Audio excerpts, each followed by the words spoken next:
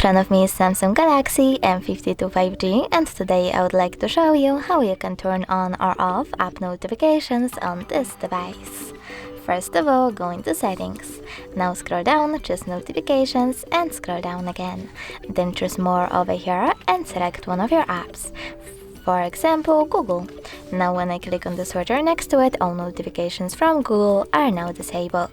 You can enable them by clicking at the same switcher, but you can also just click on one of your apps and manage notifications from here.